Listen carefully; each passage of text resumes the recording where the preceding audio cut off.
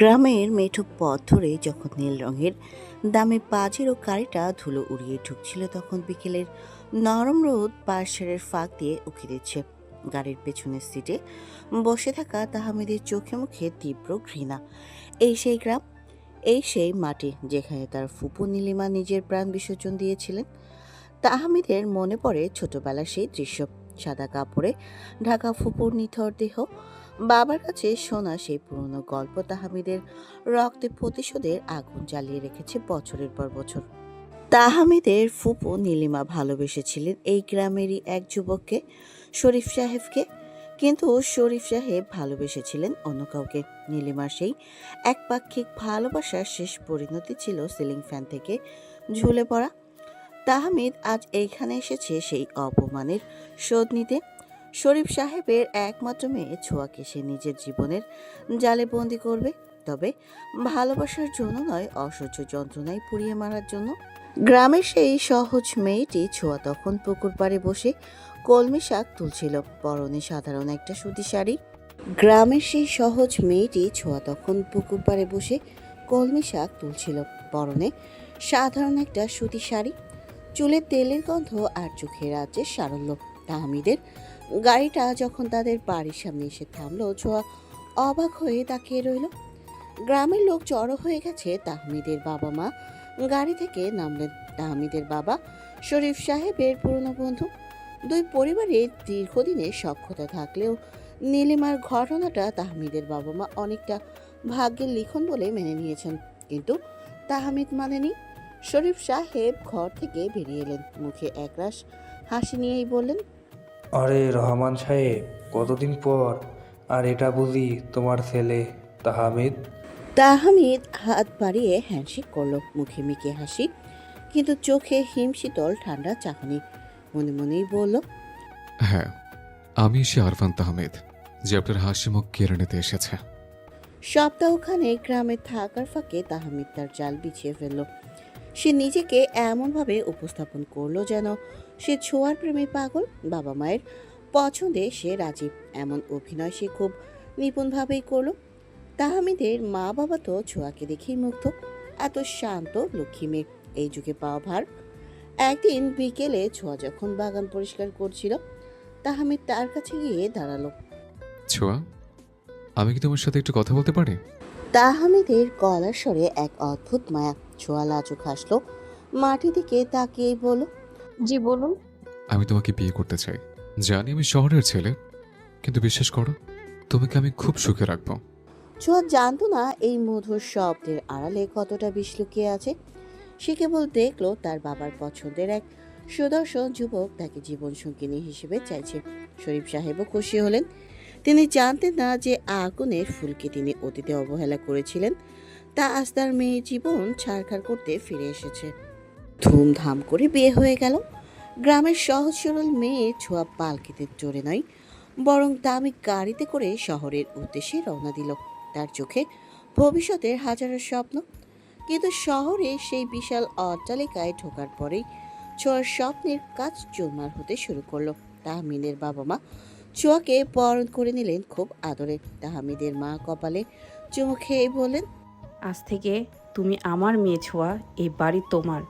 কিন্তু বাসর ঘর ঢোকার পর তাহমিদের রূপ বদলে গেল। ছোঁয়া খাটের এক কোণে বসে ভয়ে কাঁপছিল।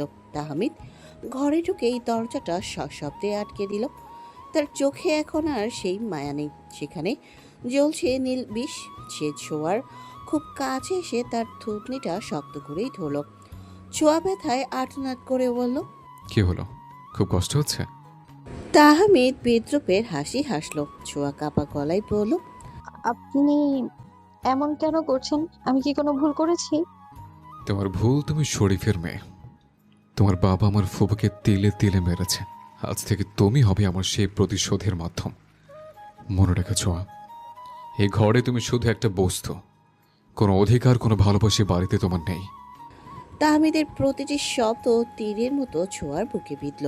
সে অবাক হয়ে তাকিয়ে রইল তার স্বামীর দিকে। যে মানুষটা কদিন আগে মায়ার সাগর হয়ে এসেছিল, সে আজ জলাদ হয়ে দাঁড়িয়ে আছে।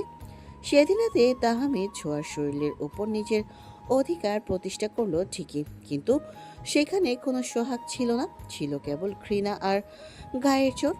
ছোঁয়া ফুপিয়ে কাঁদছিল, কিন্তু তাহমিদের কানে সেই কান্না পৌঁছালো না। সে যেন এক রোবট যে কেবল তার পুরনো ক্ষোভ মেটাচ্ছে। পরদিন সকালে তাহমিদ খুব স্বাভাবিকভাবে ড্রয়িং রুমে বসে নাস্তা করছিল। তার বাবা মা ছোঁয়াকে নিচে নামতে দেখে খুব খুশি হলেন। কিরে মা, ঘুম হয়েছে ভালো? তাহমিদের বাবার প্রশ্নে ছোঁয়া জোর করে হাসলো। তার সারা শরীর ব্যথায় টনটন করছে, চোখ দুটো ফুলে আছে, কিন্তু সে কিছু বলল না। গ্রামের মেয়ে, সে ধৈর্য আর সূর্য তার রক্তে। তাহমিদ এক পলক ছোঁয়ার দিকে তাকিয়ে অবকাশ সারাই বলল, মা, ওকে একটু আদব কাতে শিখিয়ে দিও। গ্রামের গেও ভূত তো, আমাদের স্ট্যাটাসের সাথে চলতে গেলে ওকে অনেক ঘষা মাজা করতে হবে। ছোঁয়ার বুকটা তক করে উঠল। যেন মানুষটার জন্য সে সব ছেড়ে এসেছে, সে সবার সামনে তাকে এভাবে অপমান করতে পারলো। কিন্তু ছোঁয়া মুখ নিচু করে রইল। সে জানে না এই অপমান কেবল শুরু। তার সামনে পড়ে আছে এক দীর্ঘ মরুভূমি, যেখানে তৃষ্ণার জলযোগও সে পাবে না। শহরের এই যান্ত্রিক জীবন ছোঁয়ার কাছে একদমই নতুন। চারিদিকে কাচের দেয়াল, দামি আসবাবপত্র আর গালিচার নরম ছোঁয়া সবই আছে, শুধু নেই সেই খোলা বাতাস আর মানুষের মনের সজীবতা। সকালে ঘুম থেকে উঠে ছোঁয়া নিজেকে খুব একা আবিষ্কার করে। তাহমিদ ভোরেই শরীর চর্চা করে অফিসে চলে যায়। যাওয়ার আগে একবারের জন্য ছোঁয়ার দিকে তাকায় না, কোনো প্রয়োজন আছে কিনা তাও জানতে চায় না। তাহমিদের বাবা রহমান সাহেব আর মা রেহানা বেগম ছোঁয়াকে নিয়ে বেশ মেতে আছেন। রেহানা বেগম সকালে নাস্তার টেবিলে ছোঁয়াকে পাশে বসিয়ে নিজ হাতে লুচি আর হালুয়া বেড়ে দিচ্ছিলেন। খাতো মা, একদম শুকিয়ে গেছিস। এই শহরে মানিয়ে নিতে একটু সময় লাগবে, কিন্তু ভয় পাস না, আমরা তো আছি। রেহানা বেগম পরম মমতায় ছোঁয়ার মাথায় হাত রাখলেন। ছোঁয়ার চোখে পানি এসে পড়ল। সে ভাবল, যে বাড়িতে শ্বশুর শাশুড়ি এত আপন, সেখানে স্বামী কেন এত পর? কেন তাহমিদের চোখে কেবল আগুন? সে কি সত্যিই তার বাবার কোনো অপরাধের শাস্তি পাচ্ছে? কিন্তু বাবা তো কোনো দোষ ছিল না। কাউকে ভালোবাসা যদি অপরাধ না হয়, তবে কাউকে না ভালোবাসা কি অপরাধ হতে পারে? বিকালে তাহমিদ অফিস থেকে ফিরল। ড্রয়িং রুমে ছোঁয়া তখন শাশুড়ির সাথে বসে উল দিয়ে সোয়েটার বুনছিল। তাহমিদকে দেখেই ছোঁয়া উঠে দাঁড়ালো। সে ভেবেছিল তাহমিদ হয়তো অন্তত তার দিকে একবার তাকাবে, কিন্তু তাহমিদ তাকে সম্পূর্ণ উপেক্ষা করে মায়ের কাছে গিয়ে বসলো। মা, আজ খুব টায়ার্ড, এক কাপ কড়া করে কফি দাও তো। ছোঁয়া এগিয়ে গিয়ে বলল। আমি বানিয়ে আনছি। তাহমিদ এবার থামলো, তীক্ষ্ণ চোখে ছোঁয়ার দিকে তাকিয়েই বলল, থাক, তোমাকে আর কফি বানাতে হবে না। গ্রামের চায়ে আদা চিনি বেশি দিয়ে অভ্যাস, আমার কফি তুমি নষ্ট করবে। বুয়াকে বলো পাঠাতে। রেহানা বেগম ধমক দিয়ে বললেন, তাহমিদ, এটা কি ধরনের কথা? ও তোর স্ত্রী, একটা কিছু করতে চাইলে তুই এভাবে বলছিস কেন? তাহমিদ বাঁকা হেসে বলল, স্ত্রী তো কাগজে কলমে মা, বাস্তবে ওই বাড়ির একটা অংশ মাত্র। আর শোনো ছোঁয়া, কাল আমার একটা বিজনেস ডিনার আছে, তোমাকে যেতে হবে না। তোমার কেউ সাজ আর কথা বলার ধরন আমার বন্ধুদের সামনে আমাকে ছোট করবে। তাহমিদ গটগট করে ওপরে চলে গেল। ছোঁয়া সেখানেই পাথরের মতো দাঁড়িয়ে রইল। তার হাত থেকে উলের কাঁটাটা মেঝেতে পড়ে গেল। রেহানা বেগম এসে ছোঁয়ার হাত ধরলেন। ওর কথা মনে নিস না মা, ও ছোটবেলা থেকে একটু জেদি, সব ঠিক হয়ে যাবে। ছোঁয়া মনে মনে ভাবলো, জেদ আর ঘৃণার মধ্যে অনেক পার্থক্য আছে মা। তাহমিদ তোকে ঘৃণা করে, আর সেই ঘৃণা সে প্রতিটা মুহূর্তে বুঝিয়ে দেয়। রাত পড়লে তাহমিদ ঘরে ফেরে। সে মদ খায় না, কিন্তু তার আচরণ মদ্যপ মানুষের চেয়েও ভয়ঙ্কর। সে ছোঁয়ার বিছানায় আসে কেবল তার শরীরটাকে ভোগ করতে। সেখানে কোনো কথা নেই, কোনো আদর নেই, কেবল একতরফা আধিপত্য। ছোঁয়া যখন ব্যথায় কুঁকড়ে যায়, তাহমিদ তখন কানে হেডফোন লাগিয়ে গান শুনে অথবা উল্টো দিকে ঘুরে ঘুমিয়ে পড়ে। সেদিন রাতে ছোঁয়া সাহস করে জিজ্ঞাসা করলো, আপনি কি আমাকে কোনোদিনও ক্ষমা করতে পারবেন না? আমার বাবা তো আপনার ফুপুকে মারেননি, তিনি কেবল নিজের মনের মানুষকে বেছে নিয়েছিলেন। তাহমিদ বিদ্যুৎ বেগে উঠে বসলো। ছোঁয়ার গলা চিপে ধরে দেয়ালের সাথে ঠেসে ধরলো। তার চোখের মনে হিংস্রতায় লাল হয়ে আছে। খবরদার ছোঁয়া, আমার ফুফুর নাম তোমার মুখে আনবে না। তোমার বাবা তাকে তেলে তেলে মরতে বাধ্য করেছেন। তিনি যদি ফুফুকে একটু আশ্রয় দিতেন, তবে আজ তিনি বেঁচে থাকতেন, তোমার বাবার সেই সুখের সংসার আমি ছাড়খাড় করে দিতাম। কিন্তু তার চেয়েও ভালো সুযোগ আমি পেয়েছি। তোমাকে তিলে তিলে মারবো আমি, এ ঘরে আটকে রেখে। ছোঁয়া নিঃশ্বাস নিতে পারছিল না, তার চোখ দিয়ে অঝোরধারে পানি পড়ছিল। তাহমিদ তাকে ধাক্কা দিয়ে বিছানায় ফেলে দিয়ে ঘর থেকে বেরিয়ে গেল। সেই রাতে তাহমিদ আর ঘরে ফেরেনি। ছোঁয়া বারান্দায় বসে আকাশের দিকে তাকিয়ে রইল। গ্রামের বাড়ি সেই টিনের চালে বৃষ্টির শব্দ আজ খুব মনে পড়ছে। সেখানে অভাব ছিল, কিন্তু এমন অপমান ছিল না। কয়েক মাস কেটে গেল। ছোঁয়া এখন বাড়ির সব কাজ নিজের হাতেই করে। সে চায় তাহমিদকে খুশি করতে, কিন্তু তাহমিদ তার হাতের রান্না করা খাবারও ঠিকমতো খায় না। ডাইনিং টেবিলে সবার সামনে সে খাবারের ভুল ধরে, লবণ বেশি হয়েছে বা মশলা কম হয়েছে বলে প্লেট সরিয়ে দেয়। এরই মাঝে একদিন ছোঁয়ার খুব শরীর খারাপ করলো। সারাক্ষণ মাথা ঘুরে বিছানা থেকে উঠতে গেলেই পৃথিবীটা দুলতে থাকে। রেহানা বেগম অভিজ্ঞ চোখে সব বুঝলেন। তিনি ডাক্তার ডাকলেন। ডাক্তার পরীক্ষা করে হাসি মুখেই জানালেন, অভিনন্দন, আপনার দাদা দাদি হতে চলেছেন, ছোঁয়া মা হতে চলেছে। রেহানা বেগম আর রহমান সাহেবের খুশি সীমা রইল না। তারা বাড়িতে উৎসবের আমেজ তৈরি করলেন। রহমান সাহেব বললেন, আজ তাহমিদ পিলে ওকে সারপ্রাইজ দিব, ও নিশ্চয়ই খুশি হবে। ছোঁয়ার মনেও এক চিলতে আশার আলো জাগলো। সে ভাবল, হয়তো এই সন্তানের মুখ চেয়ে তাহমিদ তাকে একটু ভালোবাসবে। একটা নিষ্পাপ শিশু তো সব ঘৃণা মুছে দিতে পারে। সন্ধ্যায় তাহমিদ ফিরলে পুরো বাড়ি আলোকসজ্জায় সজ্জিত দেখে সে অবাক হলো। তার মা দৌড়ে গিয়ে তাকে জড়িয়ে ধরলেন। তাহমিদ, তুই বাবা হতে চলেছিস, আমাদের ছোঁয়া মা হচ্ছে। তাহমিদের মুখের অভিব্যক্তি মুহূর্তেই পাথরের মতো শক্ত হয়ে গেল। সে কোনো কথা বলল না। ধীর পায়ে ছোঁয়ার ঘরের দিকে এগিয়ে গেল। ছোঁয়া বিছানায় আছোয়া হয়েছিল। তাহমিদকে দেখে সে একটু হাসার চেষ্টা করলো। তাহমিদ ঘরে ঢুকে দরজাটা লাথি দিয়ে বন্ধ করলো। সে ছোঁয়ার দিকে এগিয়ে গিয়ে দাঁতে দাঁত চেপেই বলল, এই নোংরা খেলাটা কেন খেললে ছোঁয়া? তুমি ভেবেছো একটা বাচ্চা পেরে ধরলে আমি তোমাকে ভালোবেসে ফেলবো? না, এই বাচ্চা আমার কাছে কোনো আনন্দের খবর নয়। এটা তোমার বাবার বংশের একটা অভিশাপ। সোয়া শিউরে উঠল। সে নিজের পেটে হাত দিয়ে আর্তনাদ করেই বলল, বাচ্চাটা তো আপনার, ওর কি দোষ? ওর দোষ, ও তোমার গর্ভে এসছে। মনে রেখো, এই বাচ্চাকে আমি কোনোদিন নিজের বলে পরিচয় দেব না। তাহমিদ ঘর থেকে বেরিয়ে যাওয়ার সময় ফুলদানিটা আছাড় দিয়ে ভেঙে ফেলল। ছোঁয়া অন্ধকারে একা বসে কাঁদতে লাগলো। সময়ের চাকা ঘুরতে থাকে, কিন্তু তাহমিদের মনের জমাট বাঁধা বরফ গলে না। ছোঁয়ার শরীরটা এখন অনেকটা ভারী হয়েছে। প্রেগনেন্সির এই সময়টাতে যেখানে একজন নারীর সবচেয়ে বেশি মানসিক শান্তি প্রয়োজন, ছোঁয়া সেখানে এক নিঃশব্দ যুদ্ধের মধ্য দিয়ে যাচ্ছে। তার দিন কাটে শাশুড়ির আদরে, আর রাত কাটে স্বামীর নির্মম অবহেলায়।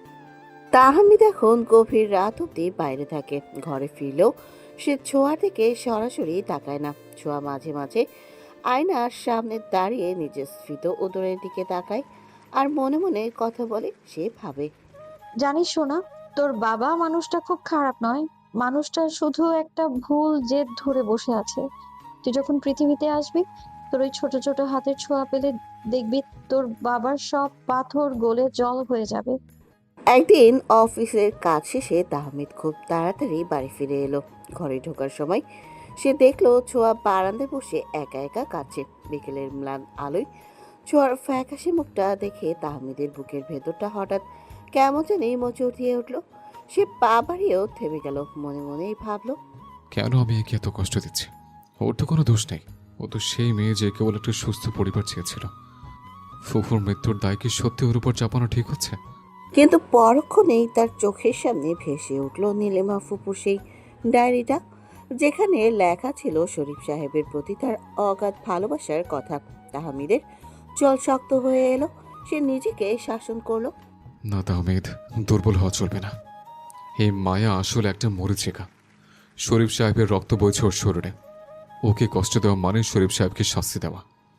সেই রাতে তাহমিদ ঘরে ঢোকার সময় দেখলো ছোঁয়া ক্লান্ত হয়ে বিছানায় ঘুমিয়ে পড়েছে। তার গাল পেয়ে একটা শুকনো পানির দাগ। তাহমিদ খুব সাবধানে ছোঁয়ার কাছে বসলো। ছোঁয়ার একটা হাত পেটের ওপরে রাখা। তাহমিদের খুব ইচ্ছে হলো সেই পেটে হাত দিয়ে নিজের অনাগত সন্তানের স্পন্দন অনুভব করতে।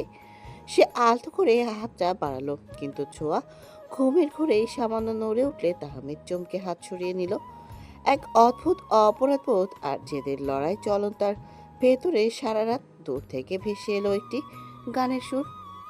পরদিন ছিল মেঘলা আকাশ, টিপটিপ করে বৃষ্টি পড়ছিল। ছোঁয়া বারান্দায় বসে বৃষ্টি দিকে তাকিয়েছিল। তাহমিদ কফি হাতে বারান্দায় এলো, তাকে দেখে ছোঁয়া উঠে দাঁড়াতে গেলে তাহমিদ ইশারায় নিষেধ করলো। বসে থাকো, বেশি নড়াচড়া করার দরকার নেই।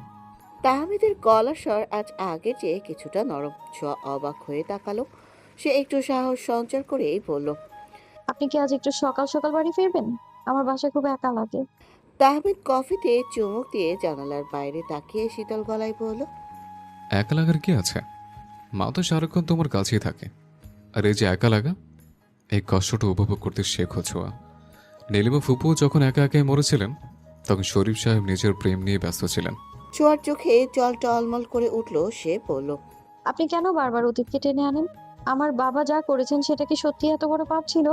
তিনি তো শুধু যাকে ভালোবাসতেন তাকেই জীবন সঙ্গী করতে চেয়েছিলেন, কিন্তু কাউকে প্রতারণা করেননি। প্রতারণা করেননি? একটা মানুষের আবেগ নিয়ে খেলা করা কি প্রতারণা নয়? তোমার বাবা জানতেন ফুপু তাকে কতটা ভালোবাসে, তবুও তিনি অবহেলা করেছিলেন। আজ সে অবহেলার স্বাদ তুমি পাচ্ছ। এটা তোমার ভাগ্য ছোঁয়া। আমার ভাগ্য নয় তাহমিদ সাহেব, এটা আপনার মানসিকতা। আপনি ভালোবাসতে জানেন না, আপনি কেবল প্রতিশোধ নিতে জানেন। আপনি কি জানেন না আমার ভেতরে একটা প্রাণ বেড়ে উঠছে? ও যখন বড় হয়ে জানবে ওর বাবা ওর মাকে ঘৃণা করতো, তখন ও আপনাকে কোনোদিনও ক্ষমা করবে না। তাহমিদ কফির মুখটা মেঝেতে ফেললো শব্দ করে। সে ছোঁয়ার খুব কাছে এসে বিষাক্ত স্বরেই বলল, ক্ষমা পাওয়ার আশা আমি করিও না।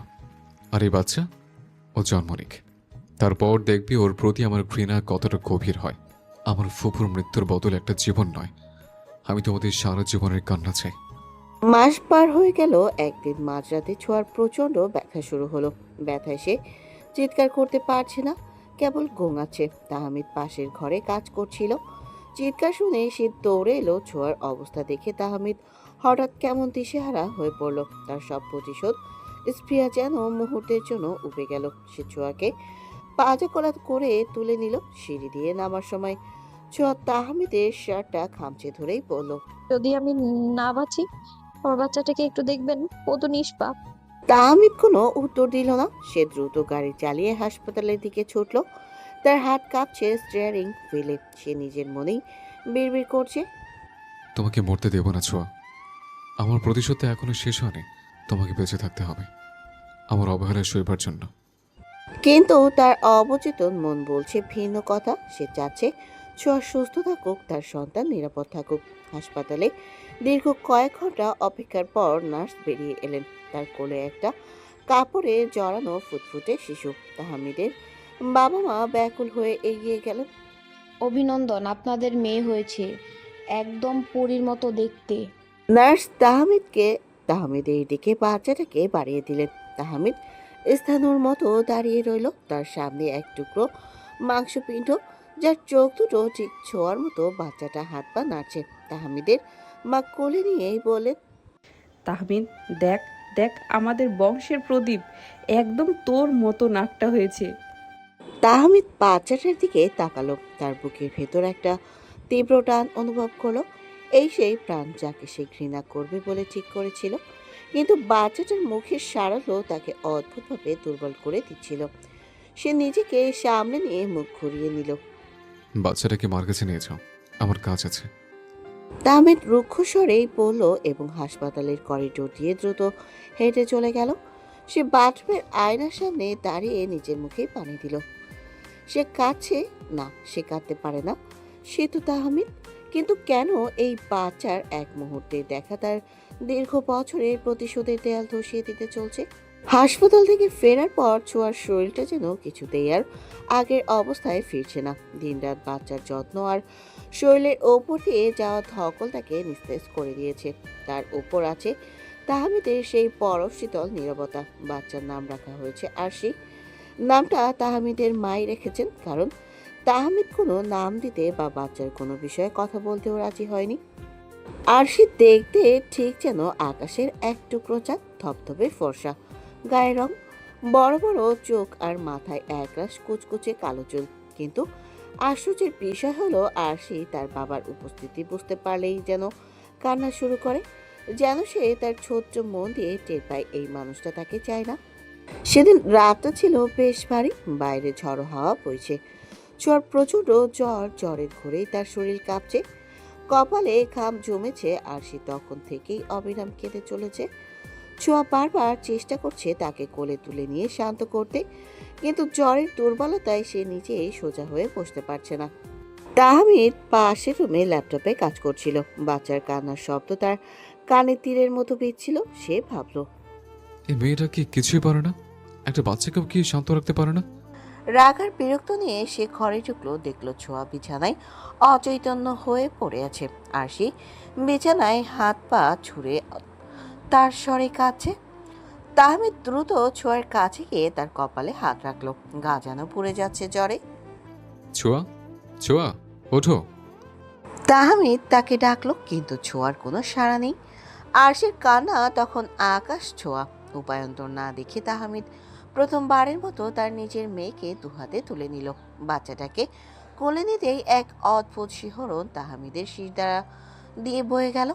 কত নরম একটা প্রাণ! আর সেই ছোট্ট শরীরটা তাহমিদের শক্ত বুকের ওপর রাখতেই বাচ্চার কান্না কিছুটা স্মিত হলো।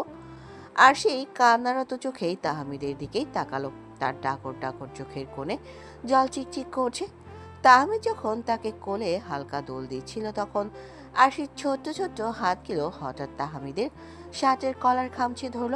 এই এক মুহূর্তে স্পর্শে তাহমিদের হৃদয়ের গভীরে এক অদ্ভুত অদৃশ্য ফাটল দেখা দিল। সে মনে মনেই ভাবল, এই নিষ্পাপ মুখটার মাঝে আমি কার পাপ খুঁজছি? শরীফ সাহেবের, নাকি আমার নিজের ইগোর? কিন্তু পরক্ষণেই ভাবল, কিছু কথা অপ্রকাশিতই থাকুক, সবটা প্রকাশ পেলে তার মাধুর্য হারিয়েছে। তাহমিদ নিজেকে সামলে নিয়ে কোলে থেকে আরশিকে নামাতে চাইল, কিন্তু আরশি যেন তাকে ছাড়তেই চায় না। সে তাহমিদের বুকের ওম পেয়ে শান্ত হয়ে ঘুমিয়ে পড়ল। তাহমিদ এক হাতে আরশিকে ধরে রেখে অন্য হাতে ভিজে গামছা দিয়ে ছোঁয়ার কপালে জলপট্টি দিতে লাগলো। এক ঘরে তার জীবনের দুই প্রধান শত্রু, একজন তার অপমানের প্রতিশোধের মাধ্যম, আর অন্যজন সেই সম্পর্কের ফল। আজ এই রাতের অন্ধকার ঘরে ঘৃণা যেন একটু হলেও ক্লান্ত হয়ে পড়েছে। ভোরের আলো যখন জানালার পর্দা ভেদ করে ঘরে ঢুকলো, ছোঁয়ার জ্ঞান ফিরল। সে দেখলো তাহমিদ বিছানার পাশে সোফায় বসে ঘুমিয়ে আছে, আর তার বুকের ওপর আরশি নিশ্চিন্তে ঘুমাচ্ছে। ছোঁয়ার বিশ্বাসই হচ্ছিল না যে মানুষটা কোনোদিন আরশিকে স্পর্শ পর্যন্ত করেনি, সে আজ সারা রাত তাকে কোলে নিয়ে বসেছিল। ছোঁয়ার চোখে কৃতজ্ঞতার জল এলো। সে আস্তে করেই ডাকলো, তাহমিদ সাহেব। ডাক শুনে তাহমিদের ঘুম ভেঙে গেল। সে নিজেকে এই অবস্থায় দেখে কিছুটা লজ্জিত এবং পরক্ষণেই আবার কঠোর হয়ে উঠল। সে দ্রুত আরশিকে ছোঁয়ার পাশে শুয়ে দিল, যেন সে কোনো অপবিত্র জিনিস সরিয়ে ফেলেছে। ঘুম ভেঙেছে তোমার? কতক্ষণ বাচ্চার কান্না সহ্য করা যায় বলো তো? বাধ্য হয়ে কোলে নিতে হয়েছে। তাহমিদ রুক্ষ স্বরেই বলল। ছোঁয়া দুর্বল গলায় বলল, ধন্যবাদ। আপনি না থাকলে কাল কি হতো আমি জানি না। তাহমিদ আয়নার সামনে দাঁড়িয়ে নিজের চুল ঠিক করতে করতেই বলল, ধন্যবাদ দেওয়ার দরকার নেই। আমি জানি না কেউ বলুক আমি আমার বাচ্চার খেয়াল রাখি না। আর মনে রেখো, কালকের রাতটা একটা দুর্ঘটনা ছিল। এটা কি তোমার প্রতি আমার মায়া ভেবো না। ছোঁয়ার মনে সেই এক চিলতে আশা আবার নিভে গেল। বুঝলো তাহমিদের দেয়াল অনেক উঁচুতে। সে আরশির দিকে তাকালো। আরশি ঘুমের ঘরেই যেন হাসছে। ছোঁয়া মনে মনেই ভাবলো, তুই ঠিকই জয় করবি তোর বাবাকে আরশি। আমি না পারি, তুই পারবি। ছোঁয়া সুস্থ হওয়ার পর তাহমিদ যেন আরো বেশি দূরত্ব বজায় রাখতে শুরু করলো। সে এখন বাড়িতে খাবারও খায় না ঠিক মতো। ড্রয়িং রুমে ছোঁয়া আর আরশি থাকলে সে সেখান দিয়ে যায়ও না। একদিন রাতে ছোঁয়া ডাইনিং টেবিলে বসেছিল। তাহমিদ তখন পানি খেতে এলো। ছোঁয়া বলল, আরশির আজ খুব জ্বর এসেছিল। ও সারাদিন বাবা বাবা বলে আদো আদো বল ফুটিয়েছে। আপনি কি একবার ওর কাছে আসবেন? তাহমিদ গ্লাসে পানি ঢালতে ঢালতেই বলল, ও কি ডাকলো তাতে আমার কিচ্ছু যায় আসে না। আর আমার টাকা তো খরচ হচ্ছে ওর পেছনে। বাবা হিসেবে ওইটুকু আমার দায়িত্ব। ছোঁয়া উঠে দাঁড়িয়ে তার সামনে গিয়ে বলল, টাকাই কি সব? একটা বাচ্চার বাবার সান্নিধ্যের প্রয়োজন হয় না? আপনি কি চান ও আপনার প্রতি ঘৃণা নিয়ে বড় হোক? তাহমিদ গ্লাসটা সশব্দে টেবিলে নামিয়ে রেখে বলল, ও কার প্রতি ঘৃণা নিয়ে বড় হবে তা আমার দেখার বিষয় নয়। আর তুমি তুমি তো শুধু আমার প্রতিশোধের দাবার গোটে। বাচ্চার দোহাই দিয়ে আমার মনে জায়গা পাওয়ার চেষ্টা করো না ছোঁয়া। এটা তোমার গ্রামের গল্প নয় যে সব শেষে সুখের মিলন হবে। তাহমিদ কটকট করে ওপরে চলে গেল। ছোঁয়া অন্ধকারের দিকে তাকিয়ে দীর্ঘশ্বাস ফেল। সে জানে এই বাড়িতে তার অবস্থান কেবল একটা আসবাবপত্রের মতো, কিন্তু আরশির ভবিষ্যৎ, সে কি এই বিশাল অট্টালিকায় এক পিতৃহীন জীবন কাটাবে? সময় কারো জন্য থেমে থাকে না। আরশি এখন 2.5 বছরের এক চঞ্চল শিশু। সারা বাড়ি তার নূপুরের শব্দে আর আধো আধো বলিতে মুখরিত থাকে। ছোঁয়া এখন নিজেকে অনেকটা সামলে নিয়েছে। সে জানে তাহমিদের থেকে ভালোবাসা পাওয়া মেঘনা চাইতেই বৃষ্টির মতো অসম্ভব। কিন্তু আরশির জন্য তার চিন্তা দিন দিন বাড়ছে। আরশি যত যত বড় হচ্ছে, তার বাবার প্রতি টান তত বাড়ছে। সে দূর থেকে তাহমিদকে দেখলেই বাবা বাবা করে চিৎকার করে ওঠে, কিন্তু তাহমিদ এক পলক তাকিয়েই পাশ কাটিয়ে চলে যায়। একদিন বিকেলবেলা তাহমিদ অফিস থেকে ফিরে লিভিং রুমে বসে ল্যাপটপে কিছু জরুরি ফাইল দেখছিল। ছোঁয়া রান্নাঘরেই ব্যস্ত, আর সে ড্রয়িং রুমেই খেলছিল। হঠাৎ সে দেখলো তার বাবা একা বসে আছে। সে তার ছোট্ট পায়ে টলমল করে হাঁটতে হাঁটতে তাহমিদের কাছে গিয়ে দাঁড়ালো। তাহমিদ ল্যাপটপ থেকে চোখ না সরিয়েই গম্ভীর গলায় বলল, আরও সে ওদিকে গিয়ে খেলো, আমাকে ডিস্টার্ব করবে না। আর সে দমল না। সে তার ছোট্ট হাত দিয়ে তাহমিদের হাতও খামচে ধরলো। তারপর নিজের আধো আধো গলায় বলল, বাবা, ও বাবা। তাহমিদ এবার বিরক্ত হয়ে ল্যাপটপ বন্ধ করলো। সে যখনই আরশির চোখের দিকে তাকায়, সে তার নিজের ছায়া দেখতে পায়, আর এটাই তাকে সবচেয়ে বেশি কষ্ট দেয়। সে চেয়েও আরশিকে পুরোপুরি ঘৃণা করতে পারে না, এবার আবার আপন করে নিতেও তার প্রতিশোধের আগুনে বাধা দেয়। কি হয়েছে, কেন ডাকছো?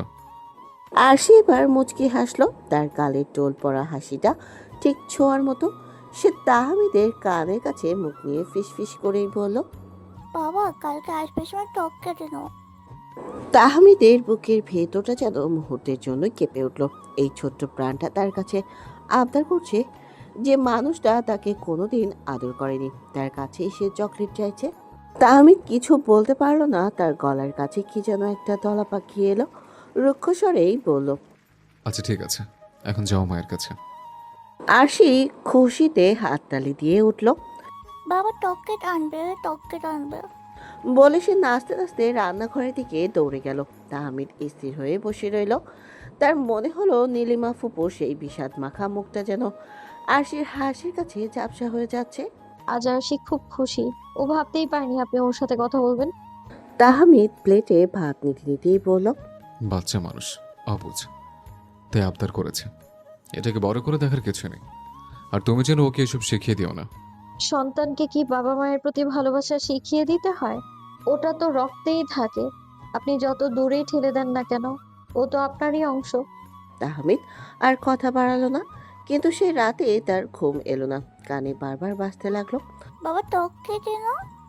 পরদিন অফিস থেকে ফেরার পথে তাহমিদ নিজেকে খুব অদ্ভুত এক পরিস্থিতির মধ্যে আবিষ্কার করলো। সে গাড়িতে বসে ড্রাইভারকে বলল একটা সুপার শপের সামনে থামতে। সে নিজে গাড়ি থেকে নেমে ভেতরে ঢুকলো। চকলেট সেকশনে গিয়ে সে কিংকর্তব্য বিমূঢ় হয়ে দাঁড়িয়ে রইল। সে জানে না আর সে কোন চকলেট পছন্দ করে। সে ঝুড়ি ভর্তি করে দামি দামি ইম্পোর্টেড চকলেট আর একটা সুন্দর ডল কিনলো। কেনার সময় তার নিজের অজান্তেই মুখে একটা মৃদু হাসি ফুটে উঠেছিল, কিন্তু বিল দেওয়ার সময় আবার তার মনে পড়ল শরীফ সাহেবের কথা। তার হাত শক্ত হয়ে এলো। সে ভাবল, আমি কি দুর্বল হয়ে যাচ্ছে? আমি কি ভুলে যাচ্ছি কেন আমি এই বিয়েটা করেছিলাম? বাড়ি ফিরে সে প্যাকেটটা সোফায় ছুঁড়ে দিয়েই বলল, এই নাও, ও কি যেন চেয়েছিল, তাই নিয়ে এলাম। আর সে দৌড়ে সে প্যাকেট খুলে তো মহা খুশি। সে একটা চকলেট নিয়ে দৌড়ে তাহমিদের কাছে এলো। বাবা তুমি খাও। তাহমিদ মুখ ফিরিয়ে নিয়েই বলল, আমি এসব খাই না, তুমি খাও। আরশি নাছোড়বান্দা, সে চকলেটের প্যাকেট ছিঁড়তে পারছে না। সে তাহমিদের কোলের ওপর সরাসরি উঠে বসলো। তাহমিদ প্রথমে শক্ত হয়ে গেলেও আরশির গায়ে সেই বাচ্চাদের মিষ্টি কথে সে যেন মোহগ্রস্ত হয়ে পড়ল। সে নিজের অজান্তেই আরশিকে আলতো করে ধরল যেন সে পড়ে না যায়। তারপর চকলেটের প্যাকেটটা খুলে দিল।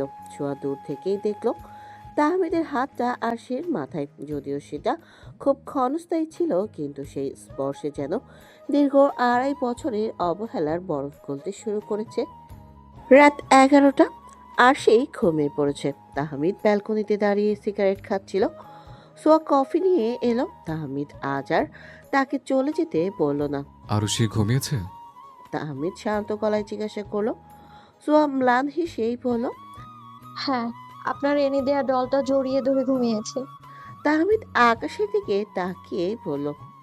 মাঝে মাঝে ভাবি এই ঘৃণাটা বই বানানো কত কষ্টের, কিন্তু পরক্ষণেই মনে হয় আমার ফুপু তো কোনোদিন কারো ভালোবাসা পায়নি, তবে তার ভাইপো কেন খনি পরিবার মেয়েকে ভালোবাসবে? ছোঁয়া তাহমিদের পাশে দাঁড়িয়েই বলল। ভালো না বাসুন, অন্তত মানুষ হিসেবে তো আমাদের ঘৃণা করবেন না। আশি তো আপনারই রক্ত। ওকে কেন আবার আমার বাবার ভুলের জন্য শাস্তি দিচ্ছেন আপনি? আপনি কি জানেন না, আপনি যখন ওর দিকে অবজ্ঞায় তাকান তখন ওর ছোট্ট মনটা কতটা বিষিয়ে ওঠে? তাহমিদ সিগারেটের শেষ অংশটা ফেলে দিয়েই বলল। সব কিছু এত সহজ নয় ছোঁয়া। আমি চাইলে সব ভুলে যেতে পারি না, তবে আজ ওকে করে নিয়ে কেন যেন মনে হলো ও বড় একা। তাহমিদের মনের ভেতরে এখন দোটানা। একদিকে আরশির প্রতি জন্মানো এক অদ্ভুত টান, অন্যদিকে প্রতিশোধের সেই পুরনো জেদ। এই দুয়ের লড়াইয়ে সে মাঝে মাঝেই মেজাজ হারিয়ে ফেলছে। আরশি তো অবুঝ, সে বুঝতে পারে না তার বাবার মনের এই জটিল সমীকরণ। সে কেবল জানে বাবা তাকে চকলেট এনে দিয়েছে, তার মানে বাবা তাকে ভালোবাসে। সেদিন বিকেলে তাহমিদ অফিসে খুব জরুরি একটা প্রেজেন্টেশন তৈরি করছিল। ল্যাপটপের স্ক্রিনে তার পূর্ণ মনোযোগ। ঠিক তখনই আরশি তার একটা খেলনা গাড়ি নিয়ে ঘরে ঢুকলো। সে চাচ্ছিল তার বাবা যেন তার সাথে খেলে। বাবা, ও বাবা দেখো। আরশি তার খেলনা গাড়িটা তাহমিদের ল্যাপটপের উপর চালিয়ে দিল। ক্লান্তি আর কাজের চাপে তাহমিদ নিজের নিয়ন্ত্রণ হারিয়ে ফেলল। সে সজোরে আরশির হাতটা সরিয়ে দিয়ে ধমক দিয়ে উঠল। আরও সে বের হয় এখান থেকে, বলেছি না কাজ করার সময় ডিস্টার্ব করবে না। একদম বেয়াদব হয়েছে তুমি। আরশি স্তব্ধ হয়ে গেল। তার বাবার এমন রুক্ষ মূর্তি সে আগে দেখেনি। তার চোখ দুটো কেঁপে উঠল। ঠোঁট বেয়ে বড় বড় চোখ বেয়ে বড় বড় ফোঁটার জল গড়িয়ে পড়ল। সে কোনো কথা বলে কাঁদতে কাঁদতে নিজের রুমের দিকে দৌড়ে গেল। তাহমিদ ল্যাপটপের দিকেই তাকালো, কিন্তু তার মন আর কাছে বসলো না। আরশির ওই ভীতু মুখটা তার চোখের সামনে ভাসতে লাগলো। সে মনে মনে নিজেকেই গালি দিল। একটা ছোট্ট বাচ্চার উপর এইভাবে চিৎকার করার কি ছিল? আরশি নিজের রুমে গিয়ে উপর হয়ে কাঁদছিল। কান্নার চোটে তার গলা শুকিয়ে কাঠ হয়ে গেছে। ঘরে কেউ নেই। ছোঁয়া তখন ছাদে কাপড় আনতে গেছে। তৃষ্ণার্ত আরশি নিজেই সাইড টেবিলের ওপর রাখা কাচের জগ থেকে পানি ঢালতে গেল, কিন্তু তার ছোট্ট হাত ভারী ছকটা সামলাতে পারল না। সশব্দে কাচের গ্লাস আর জগ মেঝেতে পড়ে চুরমার হয়ে গেল। ভয়ের আতঙ্কে আরশি পেছাতে গিয়ে হোঁচট খেল এবং তার ডান পায়ের তলায় বিঁধে গেল এক বড় টুকরো কাচের ধারালো কাচ। মা, আরশি বুক ফাটা আর্তনাদ সারা বাড়িতে প্রতিধ্বনিত হলো। তাহমিদ শব্দ শুনে ল্যাপটপ ফেলে দৌড়ে এলো। ঘরে ঢুকেই তার হৃৎপিণ্ড যেন এক মুহূর্তের জন্য থমকে গেল। মেঝেতে রক্ত আর পানির একাকার অবস্থা। সাদা গালিচাটা লাল রক্তে ভিজে যাচ্ছে। আরশি ব্যথায় নীল হয়ে মেঝেতে পড়ে পা আঁকড়ে ধরে চিৎকার করছে। মেয়ের রক্ত থেকে তাহমিদের ভেতরে সেই পাথরটা যেন এক নিমেষে ধূলিসাৎ হয়ে গেল। সে হিতাহিত জ্ঞান হারিয়ে আরশির কাছে ছুটে গেল। আরও সে মা আমার কি হয়েছে? তাহমিদের গলার স্বর কাঁপছে। সে আরশিকে পাজাকোলা করে তুলে বিছানায় শুয়ে দিল।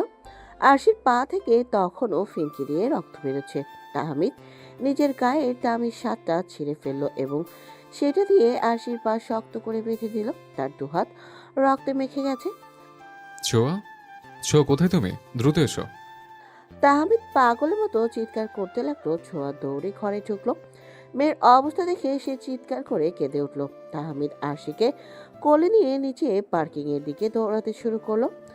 লিফটের জন্য অপেক্ষা না করে সিঁড়ি দিয়ে নামতে লাগলো। তার মুখ দিয়ে কেবল একটা কথাই বেরোচ্ছিল, কিছু হবে না আরুষি, বাবা আছে তো। বাবার উপর রাগ করো না মা। হাসপাতালে পৌঁছেই তাহমিদ স্ট্রেচারের জন্য অপেক্ষা না করে আরশিকে কোলে নিয়েই এমার্জেন্সি রুমে ঢুকলো। ডাক্তাররা যখন আরশিকে ভেতরে নিয়ে যাচ্ছিলেন, তাহমিদ তাদের কলার ধরেই বলল, আমার মেয়ের জন্য এক ফোঁটাও ব্যথা না লাগে। যদি ওর কিছু হয় তবে এই হাসপাতাল আমি চালিয়ে দেব। ছোঁয়া পাশে দাঁড়িয়ে অবাক চোখে তাকিয়ে রইল। এই কি সেই তাহমিদ যে মানুষটা বলেছিল এই বাচ্চা তার কাছে অভিশাপ, যে কোনোদিন আরশিকে কোলে নিতে চায়নি? আজ সেই মানুষটা নিজের রক্তমাখা হাত নিয়ে হসপিটালের দেয়াল ঘেঁষে দাঁড়িয়ে আছে। একটু পরে ডক্টর বেরিয়ে এলেন। ভয়ের কিছু নেই, কাজ বের করা হয়েছে, কয়েকটা সেলাই লেগেছে, তবে বাচ্চাটা খুব ভয় পেয়েছে। আপনারাই কি ওর বাবা মা? তাহমিদ সাথে সাথেই বলল, হ্যাঁ, আমি ওর বাবা। ওকে একটু সময় দিন, ও ঘুমাচ্ছে এখন। কেবিনে সেই ঘুমিয়ে আছে, তার ছোট্ট পায়ে ব্যান্ডেজ। তাহমিদ বেডের পাশে হাঁটু ঘিরে বসে আরশির হাতটা ধরে আছে। ছোঁয়া দরজার পাশে দাঁড়িয়ে দেখলো তাহমিদের চোখ দিয়ে পানি পড়ছে। সে নিঃশব্দে তাহমিদের কাঁধে হাত রাখলো। তাহমিদ না ফিরেই রুদ্ধ কণ্ঠেই বলল, আমি ওকে বকেছিলাম ছোঁয়া। আমার ধমক খেয়ে ও পানি খেতে গিয়েছিল। আমি ওর এই অবস্থার জন্য দায়ী। আমার প্রতিশোধ, আমার ঘৃণা সব আজ এই রক্তের কাছে হেরে গেছে। আর সে আপনাকে অনেক ভালোবাসে তাহমিদ সাহেব। ও সব ভুলে যাবে যদি আপনি একটা বার ওকে বুকে টেনে নেন। তাহমিদ আরশির কপালে আলতো করে চুমু খেলো। তার ঠোঁট কাঁপছিল। সে বিড়বিড় করেই বলল, ক্ষমা করে দিস মা। তোর এই রক্ত দিয়ে তুই তোর এই পাষাণ বাবার সব পাপ ধুয়ে দিলি।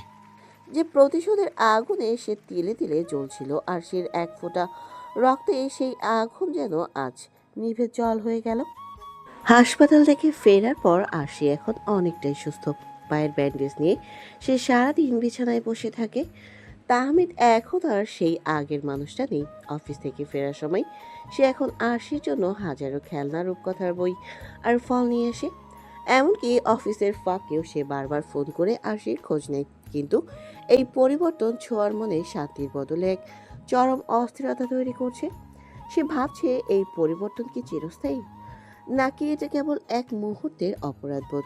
তার ভয় হয় কোনোদিন যদি তাহমিদের সেই পুরনো জেদ আর প্রতিশোধের নেশা আবার মাথার চাড়া দিয়ে ওঠে, তবে আরশি হয়তো আর বাঁচবে না। এই বিশাল অট্টালিকা তার কাছে এখন এক খাঁচার মতো মনে হচ্ছে। সেদিন রাতে আরশি ঘুমিয়ে পড়ার পর ছোঁয়া জানালার পাশে দাঁড়িয়ে অনেকক্ষণ ভাবলো।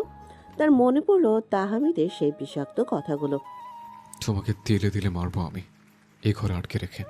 সেই স্মৃতিগুলো তাকে তাড়া করে ফিরছে। সে স্থির করলো আর নয়, আরশির নিরাপত্তার জন্য তাকে এই বাড়ি ছাড়তে হবে। গ্রামে তার বাবার কাছে ফিরে যাওয়া ছাড়া আর কোনো পথ নেই। পরদিন সকালে তাহমিদ কপালে চুমু খেয়ে আরশিকেই বলল, বাবা আসছে শোনা, বিকেলে তোমার জন্য একটা নতুন পুতুলের ঘর নিয়ে আসবো। তাহমিদ যাওয়ার সময় ছোঁয়ার দিকে তাকিয়ে এক মুহূর্ত থামলো। কিছু একটা বলতে চাইলো, কিন্তু হয়তো সংকোচে বলতে পারলো না। শুধু বলল, সাবধানে থেকো। তাহমিদ বেরিয়ে যেতেই ছোঁয়ার বুকটা থক করে উঠল। এটাই হয়তো তাদের শেষ দেখা। তাহমিদ অফিসে চলে যাওয়ার পর ছোঁয়া দ্রুত তার আর আরশির প্রয়োজনীয় কিছু কাপড় একটা ব্যাগে ভরে নিল। তার শাশুড়ি রেহানা বেগম তখন পাশের ঘরে নামাজ পড়ছিলেন। ছোঁয়া জানে বলে গেলে তারা কোনোদিন তাকে যেতে দেবে না, কিন্তু আরশির কথা ভেবে তাকে আজ নিষ্ঠুর হতেই হবে। সে আরশিকে কোলে তুলে নিল। আরশি অবাক হয়েই বলল, আমরা কোথায় যাই? ছোঁয়া চোখে জল মুছেই বলল, আমরা নানু ভাইয়ের বাড়ি যাব মা। সেখানে অনেক খোলা মাঠ আছে, প্রজাপতি আছে। আরশি খুশিতে হাততালি দিল। মজা, বাবাও কি যাবে?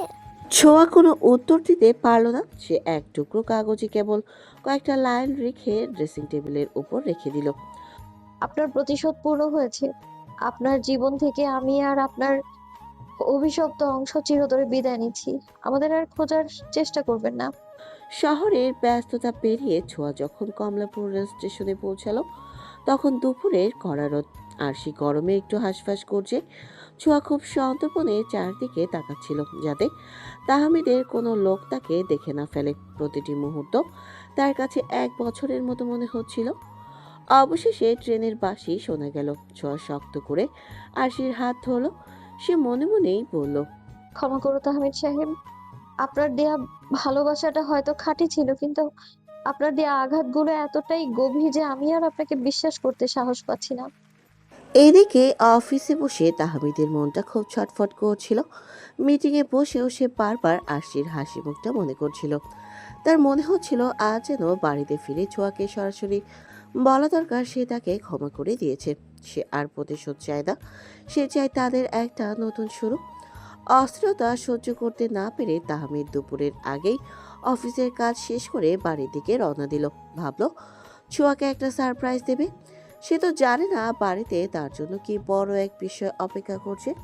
বাড়িতে ঢুকে তাহমিদ দেখলো সব নিস্তব্ধ। মা তার রুমে ঘুমাচ্ছেন। সে দ্রুত ছোঁয়ার ঘরের দিকে গেল। দরজা খোলা, কিন্তু ভেতরে কেউ নেই। আলমিরা খোলা দেখে তার বুকটা কেঁপে উঠল।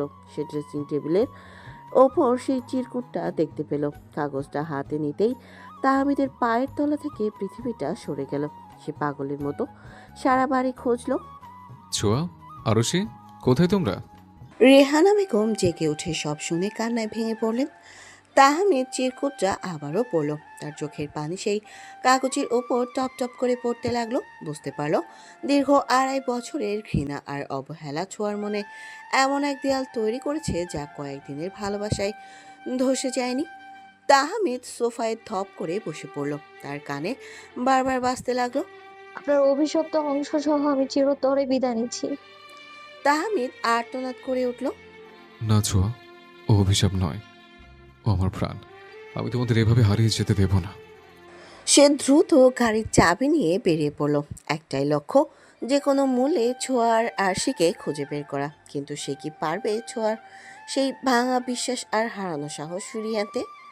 ট্রেনের কামরায় ভিড় খুব একটা নেই, কিন্তু গুমোট গরমে আরশি বেশ অস্থির হয়ে উঠেছে। ছোঁয়া তাতে জানালার পাশে বসিয়ে আঁচল দিয়ে বাতাস করছিল। তার বুকটা এখনো দুরু দুরু কাঁপছে। প্রতিটা স্টেশনে ট্রেন থামলেই সে আর চোখে দেখছে কেউ তাকে অনুসরণ করছে কিনা। সে জানতো না তাহমিদের চোখ ফাঁকি দেওয়া এত সহজ নয়। তাহমিদের অফিসের বিশ্বস্ত পিয়ন কাশিম ছোঁয়াকে স্টেশনে ব্যাগ হাতে ঢুকতে দেখেই ফোন করে দিয়েছিল। আর এখন ছোঁয়ার পেছনের সিটেই তাহমিদের দুজন লোক সাধারণ যাত্রীর বেশে বসে আছে। ট্রেনের বগিতেই 3-4 জন যুবক আড্ডা দিচ্ছিল। তাদের চাহনি আর হাসাহাসি প্রথম থেকেই ছোঁয়ার ভালো লাগছিল না। ছোঁয়াকে একা দেখে তারা আরো সাহসী হয়ে উঠল। কি গো ভাবি, একা একা কোথায় চললেন? ভাই সাথে নেই কেন? একজন যুবক শীষ দিয়েই বলল। ছোঁয়া কোনো উত্তর না দিয়ে আরশিকে বুকের সাথে মিশিয়ে নিল। আরশি ভয় পেয়ে বলল, মা, ওরা এমন করে কেন? যুবকগুলো এবার আরো কাছে এগিয়ে এলো। আহা, বাচ্চাটা তো বেশ কিউট, একদম পরীর মতো। তামাটা যখন এত সুন্দরী, মেয়ে তো এমনই হবেই। আমাদের সাথে একটু গল্প করলে ট্রেনের জার্নিটা ভালো কাটতো। ছোঁয়ার চোখে পানি এসে পড়লো। মনে মনে ভাবলো আজ যদি তাহমিদ সাথে থাকতো তবে কি এরা এত বড় সাহস পেত?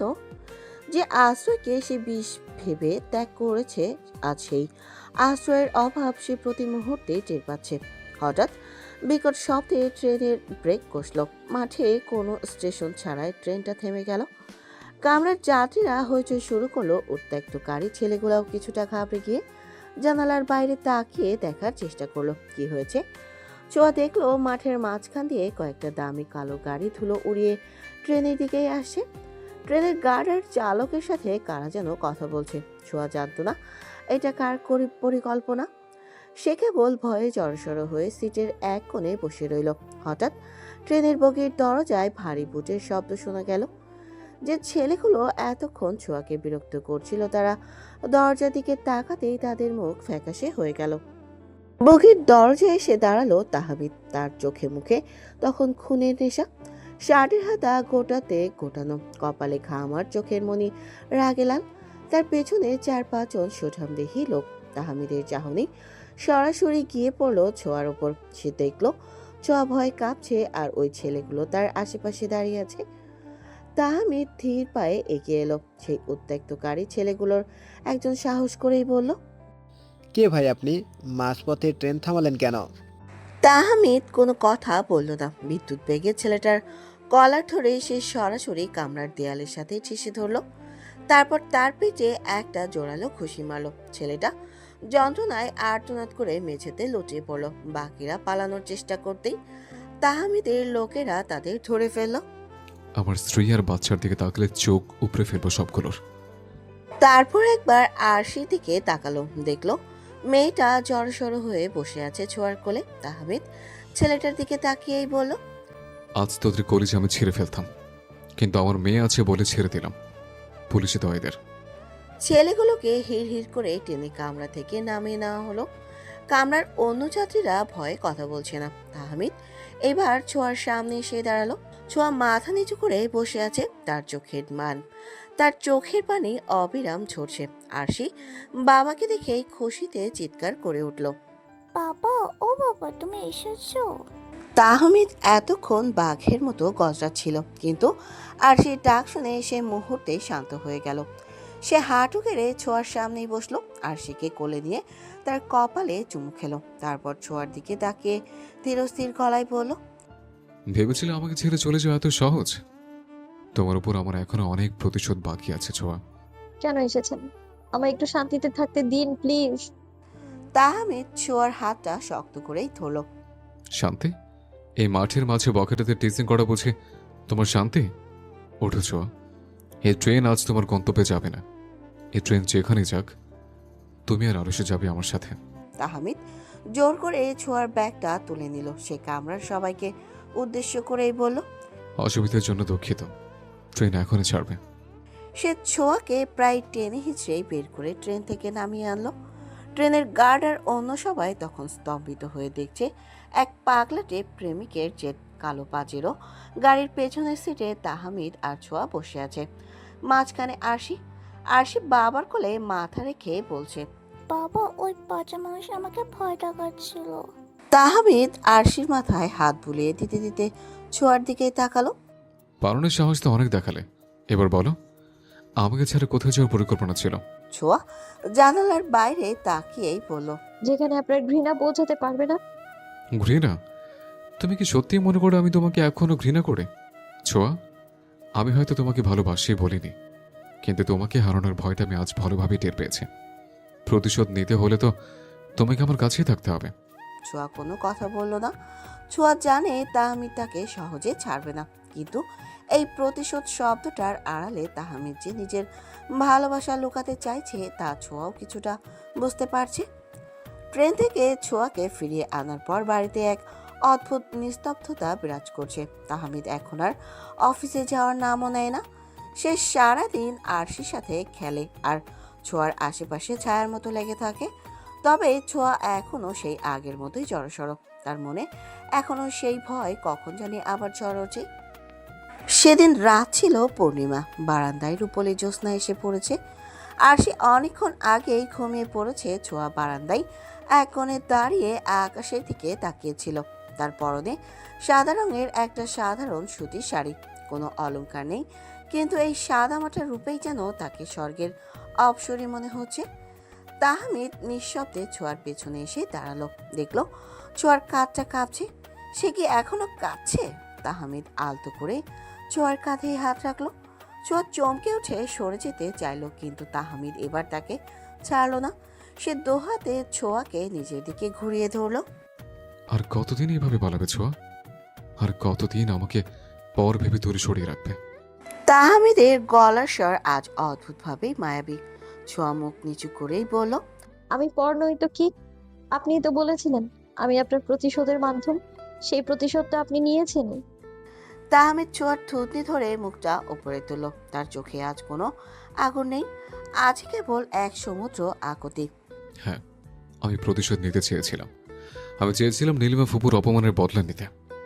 তোমার বাবাকে আমি হয়তো কোনোদিন মন থেকে ক্ষমা করতে পারবো না, কারণ আমার ফুপুর মৃত্যুটা সত্য, কিন্তু সেই সত্যের চেয়ে বড় সত্য হলো তুমি আর আরশে। তাহমিদ ছোঁয়ার কপালে কপাল ঠেকালো।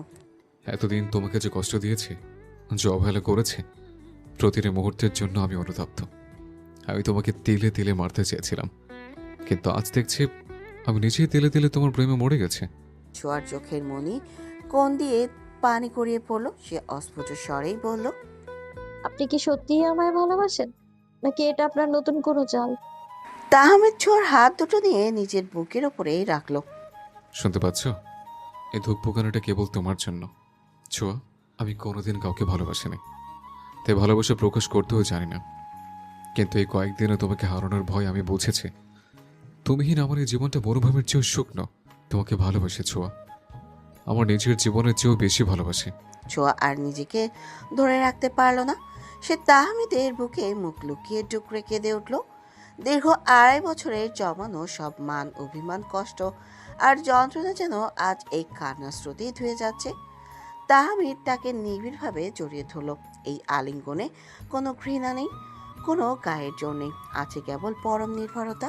ভোরের নরম আলো ধীরে ধীরে জানালার পর্দা ভেদ করে ঘরের ভেতর ঢুকে পড়েছে।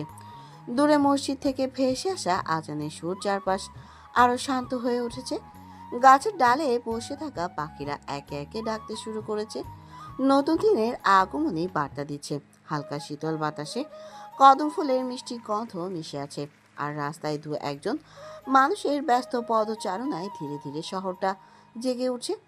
আর সে ঘুম থেকে উঠে দেখলো তার বাবা আর মা একসাথে বসে নাস্তা করছে। তাহমিদ নিজ হাতে ছোঁয়াকে রুটি ছিঁড়ে খাইয়ে দিচ্ছে, আর সে দৌড়ে গিয়ে তাদের মাঝখানেই বসে পড়ল। বাবা, তুমি আমাকে আদর করছো? আর সে প্রশ্নে তাহমিদ আর ছোঁয়া দুজনেই হেসে ফেলল। তাহমিদ আরশিকে কোলে নিয়েই বলল, হ্যাঁ মা, আজ থেকে আমরা সবাই খুব আনন্দের থাকবো। তোমার মায়ের চোখে আর পানি আসতে দেব না কখনো। Promise my little princess. সারাদিন বাড়িতে উৎসবের আমেজ চলল। তাহমিদ অফিস থেকে ফেরার সময় ছোঁয়ার জন্য একগুচ্ছ লাল গোলাপ আর তার প্রিয় নীল রঙের একখানা জামদানি শাড়ি নিয়ে এলো। শাড়িটা দেখে ছোঁয়ার চোখ চকচক করে উঠল। এটা কেন আনলেন? ছোঁয়া লাজুক হেসে জিজ্ঞাসা করলো, এতদিন তোমাকে শুধু চোখের পানি দিয়েছে, এখন থেকে তোমাকে শুধু হাসি আর উপহারে ভরিয়ে দেব। উসুল করে নিতে হবে না সব কষ্ট। বিকেলে তারা তিনজন বাগানে বসেছিল। আরশি প্রজাপতির পেছনে দৌড়াচ্ছে। তাহমিদ ছোঁয়ার হাতটা নিজের হাতের মুঠোয় নিয়েই বলল, জানি না নীলিমা ফুপু ওপর থেকে আমাদের দেখছেন কিনা। হয়তো তিনি আমাকে ক্ষমা করবেন না, কিন্তু আমি তাকে কথা দিচ্ছি, তার ভাইপো তার ভুলের পুনরাবৃত্তি করবে না। ভালোবাসার জন্য সে কাউকে মরতে দেবে না, বরং ভালোবাসা দিয়ে একটা নতুন পৃথিবী করবে। ছোঁয়া তাহমিদের কাঁধে মাথা রেখে শান্তিতে চোখ বুঝল। তার মনে হলো গ্রামের সেই সরল সহজ মেয়েটি আজ তার গন্তব্য খুঁজে পেয়েছে। এই অট্টালিকা এখন তার কাছে খাঁচা নয়, বরং ভালোবাসার এক স্বর্গরাজ্য। ভালোবাসা যখন দীর্ঘ প্রতীক্ষা আর যন্ত্রণার পর ধরা দেয়, তখন তার স্বাদ হয় পৃথিবীর সবচেয়ে মধুর অমৃতের মতো। তাহমিদ আর ছোঁয়ার জীবনেও সেই বসন্ত এসেছে, যা তাদের জীবনের সব ধূসর স্মৃতিকে রঙিন করে তুলেছে। যে অট্টালিকায় একসময় কেবল ঘৃণার নিস্তব্ধতা রাজত্ব করত, আজ সেখানে প্রতিটি দেয়ালে আরশির খিলখিল হাসি আর তাহমিদের গভীর অনুরাগের প্রতিধ্বনি শোনা যায়। আরশি এখন শুধু তাদের সন্তান নয়, সে হয়ে উঠেছে এই পরিবারের সেই সেতু যা দুই মেরুর দুটি মানুষকে এক বিন্দুতে মিলিয়ে দিয়েছে। তাহমিদ এখন আর সেই আগের কঠোর মানুষটি নেই। তার অফিসের সহকর্মীরাও অবাক হয়ে যায় তার পরিবর্তন দেখে। যে মানুষটি ঘড়ির কাঁটা ধরে চলতো, আজ সেই ছুটির ঘন্টা বাজার আগেই অস্থির হয়ে ওঠে বাড়ির জন্য, কারণ সে জানে সদর দরজায় দাঁড়ালেই একটি ছোট্ট করেই তার পা জড়িয়ে ধরবে। বাবু, তুমি এসেছো? আর পর্দার আড়ালে একজোড়া কাজল কালো চোখ তাকে স্বাগতম জানাবে পরম মমতায়। সেদিন ছিল আষাঢ়ের এক মেঘলা বিকেল। মেঘের ঘন ঘটায় আকাশটা কেমন যেন গম্ভীর হয়েছিল। শহরের যান্ত্রিক কোলাহল ছাপিয়ে বৃষ্টির একটা সোদা গন্ধ বাতাসে ভেসে আসছিল। তাহমিদ আজ দ্রুত বাড়ি ফিরে এসেছে, কারণ ছোঁয়া বৃষ্টি খুব পছন্দ করে। গ্রামের মেয়ে সে বৃষ্টির দিনে কদমের ঘ্রাণ আর জানালার পাশে বসে আকাশ দেখা ছিল তার আজন্মের অভ্যাস। তাহমিদ নিঃশব্দে শোবার ঘরে ঢুকে দেখল ছোঁয়া বারান্দার ইজি চেয়ারে বসে আছে। তার হাতে একটি পুরনো ডায়েরি, সম্ভবত সে কিছু লিখছিল। তাহমিদ পেছনে দাঁড়িয়ে ছোঁয়ার চুলে নিজের নাক টোপালো। বৃষ্টির সাথে মেশা শ্যাম্পুর মিষ্টি সুবাস তাকে মাতাল করে দিল। আজ খুব তাড়াতাড়ি এলেন যে? ছোঁয়া না তাকিয়েই বুঝতে পারলো এটা তাহমিদ। তাহমিদ আলতো করে ছোঁয়ার কাঁধে চিবুক রেখেই বলল, শহরের আকাশে যখন মেঘ জমে, তখন আমার মনেও বৃষ্টির স্বাদ জাগে। আর সে বৃষ্টি যদি তোমার সাথে মিলে উপভোগ না করি, তবে এই জীবনের মানে কি ছোঁয়া? তাহমিদ ছোঁয়াকে টেনে তুলে ছাদে নিয়ে এলো। ঝুমঝুম শব্দে বৃষ্টি নামলো। মুহূর্তেই তারা দুজনে ভিজে একাকার। ছোঁয়ার সাদা সুতির শাড়ি ভিজে গায়ের সাথে সেটে গেছে। চুলের বাঁধন খুলে গিয়ে একরাশ কালো মেঘ যেন তার পিঠ বেয়ে নেমে এসেছে। তাহমিদ মুগ্ধ হয়ে তাকিয়ে রইল তার অর্ধাঙ্গিনীর দিকে। আজ কোনো গ্লানি নেই, কোনো প্রতিশোধের আগুনে, আছে কেবল এক বিশুদ্ধ মুগ্ধতা। ছোঁয়া লাজুক হেসে জিজ্ঞাসা করলো, এবার কি দেখছেন? মনে হচ্ছে আমায় আগে কখনো দেখেননি। তাহমিদ বৃষ্টির শব্দ ছাপিয়ে একটু জোরেই বলল, দেখেছি তো ছোঁয়া, কিন্তু প্রতিবারই যেন নতুন করে দেখি। জানো, আগে আমার কাছে বৃষ্টির শব্দ মানে ছিল কান্নার শব্দ। আমার মনে হতো আকাশ যেন নীলিমা ফুপুর বিরহে কাঁদছে। কিন্তু আজকে বৃষ্টির প্রতিটি ফোঁটা যেন আমার কানে তোমার নাম বলছে। আমি কি খুব বেশি দেরি করে ফেলেছি তোমাকে চিনতে? এই যে 2.5 বছর তোমাকে যন্ত্রণার আগুনে পড়িয়েছি, তার মাসুল কি আমি কোনোদিন দিতে পারবো? দেরি তো হয়েছেই তাহমিদ সাহেব। কতদিন আপনার একটা মিষ্টি কথার জন্য চাতকের মতো চেয়ে থাকতাম। আপনি যখন অবহেলা করতেন, যখন আমাকে গেও বলে অপমান করতেন, তখন মনে হতো পৃথিবীটা কতটা নিষ্ঠুর। মাঝে মধ্যে ভাবতাম বিষ খেয়ে সব শেষ করে দিই, কিন্তু পেটের ওই ছোট্ট প্রাণটার জন্য আমি হার মানতে পারিনি কখনো। তাহমিদ ছোঁয়ার চিবুক ধরে ওপরের দিকে তুলে ধরল। তার চোখের গভীরে আজ কোনো শাসন নেই, আছে কেবল এক সমুদ্র আকুতি। আমার সেই নিষ্ঠুরতার বদলে আমি সারা জীবন তোমাকে ভালোবেসে দেবো ছোঁয়া। যেদিন আমার মেয়েটা রক্ত ঝরতে দেখেছিলাম তো আমারই জন্য, সেদিন আমার ভেতরে সে দম্ভ চুরমার হয়ে গিয়েছিল। আমাকে কি বিশ্বাস করা যায় না ছোঁয়া? ছোঁয়া তাহমিদের চোখে চোখ রেখে দীর্ঘশ্বাস ফেলল। বিশ্বাস তো সেদিনই করেছি যেদিন মেয়েটাকে নিয়ে ওইভাবে হসপিটালে ছুটেছিলেন, মেয়ের রক্ত দেখে হাহাকার করেছিলেন। সেদিন থেকে নিজের চেয়েও বেশি বিশ্বাস করি আমি আপনাকে। তাও ভয় হতো যদি আবার আগের মতো হয়ে যান। আপনার চোখের ওই এক ফোঁটা পানি আমার সব অভিযোগ ধুয়ে মুছে দিয়েছে। আমি আপনাকে ভালোবাসি তাহমিদ সাহেব। আপনার ঘৃণাটাকেও যেমন সহ্য করে ভালোবেসেছিলাম, আপনার এই অসীম মায়াটাকেও তার চেয়ে সহস্র গুণ বেশি ভালোবাসি আমি। রাত বাড়ার সাথে সাথে বৃষ্টির বেগ কমে এলো। আকাশের কালো মেঘ সরে গিয়ে মেঘ ভাঙা জ্যোৎস্না উকি দিল। সারা শহর এখন শান্ত। আরশি পরম শান্তিতে ঘুমাচ্ছে। তাহমিদ আর ছোঁয়া বারান্দায় কাঠের দোলনায় পাশাপাশি বসে আছে। তাহমিদ ছোঁয়ার কাঁধে হাত রেখে তাকে নিজের কাছে টেনে নিল। ছোঁয়াও মাথা রাখলো তাহমিদের বলিষ্ঠ কাঁধে। তাহমিদ বলল, জানো ছোঁয়া, ছোটবেলায় শুনতাম ভালোবাসা নাকি মানুষকে বদলে দেয়। আগে সব রূপকথার কথা মনে হতো, কিন্তু আজ নিজেকে দেখে আমি বিশ্বাস করি আমার ভেতরে সে বিষাক্ত মানুষটি যে কেবল প্রতিশোধের আগুনে জ্বলত, সে আজ মরে গেছে। সেখানে কেবল তোমার তাহমিদ বেঁচে আছে। আমি নীলিমা ফুপুকে ভালোবাসি, কিন্তু সে ভালোবাসার দোহাই দিয়ে আমি যে তোমার উপর জুলুম করেছি তা আমার জীবনের সবচেয়ে বড় কলঙ্ক। ছোঁয়া মৃদু হেসে তাহমিদের হাতের আঙুল নিয়ে খেলতে খেলতেই বলল, আর আমি আমি সেই গ্রামের সহজ মেয়েটা যে কেবল আপনার হৃদয়ের রাজপ্রাসাদে একটু ঠাঁই চেয়েছিল। আমি ভেবেছিলাম আপনি আমাকে কোনোদিনও গ্রহণ করবেন না, কিন্তু আজ আমি শুধু ঠাঁই নয়, রাজত্বের চাবিকাঠিও পেয়েছি। আপনার এই পরিবর্তন আমার কাছে স্বপ্নের মতো মনে হয়। তাহমিদ দীর্ঘশ্বাস ফেলেই বলল, তুমি কি জানো ছোঁয়া, আমি কেন তোমাকে ট্রেন থেকে নামিয়ে এনেছিলাম? সেদিন যদি তুমি চলে যেতে তবে আমি হয়তো নিজেকে শেষ করে দিতাম। আমি বুঝেছিলাম আমার ফুপুর মৃত্যুর জন্য তোমার বাবা দায়ী হতে পারেন, কিন্তু সেই দায় তোমার নয়। ভালোবাসার প্রতিশোধ কখনো একসাথে চলতে পারে না। আমি প্রতিশোধকে হারিয়ে দিয়ে ভালোবাসাকে জয় করেছি। ছোঁয়া তার শান্ত চোখ জোড়া তুলেই তাকালো। বাবাকে কি ক্ষমা করতে পেরেছেন? তাহমিদ একটু সময় নিল, তারপর বলল, হয়তো পুরোপুরি পারিনি, কিন্তু তোমার দিকে তাকালে আর আরশের মুখের দিকে তাকালে আমার মনে হয় অতীতকে আঁকড়ে ধরে বর্তমানকে নষ্ট করার কোনো মানে নেই।